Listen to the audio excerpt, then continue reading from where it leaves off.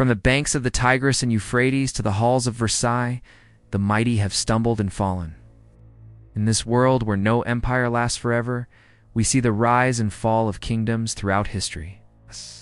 So let us embark on a journey across time and explore the fascinating phenomenon of how kingdoms survived the collapse of their dynasties.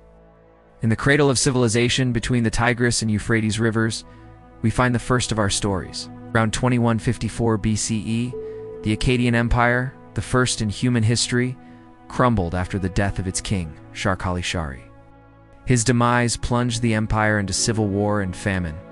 Deprived of leadership and ravaged by hunger, the Akkadian state fragmented, allowing the once subjugated Sumerian city-states to rise again. They preserved their culture, language, and religion, ensuring that even in the absence of an overarching kingdom, the Sumerian way of life endured. Their temples remained sanctuaries of knowledge and power, continuing to shape the cultural landscape of Mesopotamia for centuries to come. Our journey takes us next to the banks of the Nile in Egypt. Around 2181 BCE, the Old Kingdom came to an end with the reign of Pharaoh Pepi II. The following decades saw Egypt plunged into a period of famine, weak leadership, and chaos, a stark contrast to the glory days of the Old Kingdom. Yet despite these challenges, the natural order of the Nile continued its eternal flow, providing life-giving water to the Egyptian lands. This resilience of the environment allowed Egypt to weather the storm, setting the stage for its rebirth during the Middle Kingdom. In 2055 BCE, Mentuhotep II united Egypt once more, ushering in an era of order and prosperity. He became the first pharaoh of the Middle Kingdom, marking a turning point in Egyptian history. Once again, the cycle of renewal affirmed Egypt's enduring legacy. We travel east to the land of China to witness the rise and fall of two influential dynasties. In 221 BCE, the Qin dynasty established by Qin Shi Huang came to an end shortly after his death. Internal revolts and growing corruption eroded the empire's foundations, leading to its demise just a few years later. However, in 206 BCE, the Han dynasty rose to power, ushering in a new era of prosperity and cultural achievement.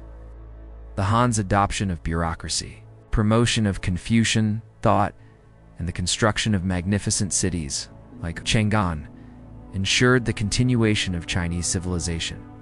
Even when the Western Han dynasty fell in 220 CE, the empire's cultural legacy lived on, laying the groundwork for China's golden age during the Tang and Song dynasties. But the fall of one dynasty inevitably leads to the emergence of another, and in the aftermath of the Han's collapse, China found itself divided during the Three Kingdoms period. Despite the fragmentation, Chinese civilization endured, carried on by the martial prowess of warlords and generals such as Liu Bei, Zhu Zhiliang, and Cao Cao. This era gave rise to iconic figures and epic tales immortalized in literature, most notably the Romance of the Three Kingdoms. Our European leg of the journey begins in France with the Capetian dynasty, which had ruled since 987 CE. During the 100 Years' War with England, King Philip VI lost significant territory and prestige, causing the fracturing of the kingdom. Despite the challenges posed by the war, France, as a concept and entity, survived the 100 Years' War. The French identity endured, waiting for a later resurgence during the reign of Charles VII. In 1789, the Bourbon dynasty, the last direct descendant of the Capetians, met its end during the French Revolution. Citizens, tired of the monarchy's extravagance and absolute power, stormed the Bastille, a symbol of royal tyranny.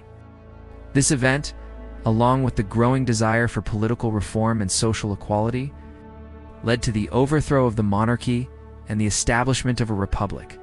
Despite the fall of the dynasty, France survived, setting the stage for its eventual rebirth as an empire under Napoleon and later as a republic once more.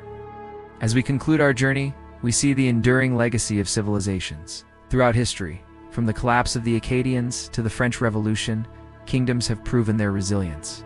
It's not the dynasty or the ruling class that defines a kingdom's true essence, but the people, their culture, and their shared history. The spirit of a kingdom lies in its ability to adapt, to learn from the past, and to keep moving forward. The fall of a dynasty is not the end, but a transition, a chance for renewal and rebirth. It is in the hands of the people to carry on the legacy of their kingdoms, ensuring that their stories continue to be written for generations to come. Thank you for joining us on this journey. We hope you have enjoyed exploring the fascinating world of ancient civilizations. If you want to continue learning about history and culture, don't forget to follow for more updates. Until next time, keep asking questions, keep exploring, and keep discovering the wonders of our world.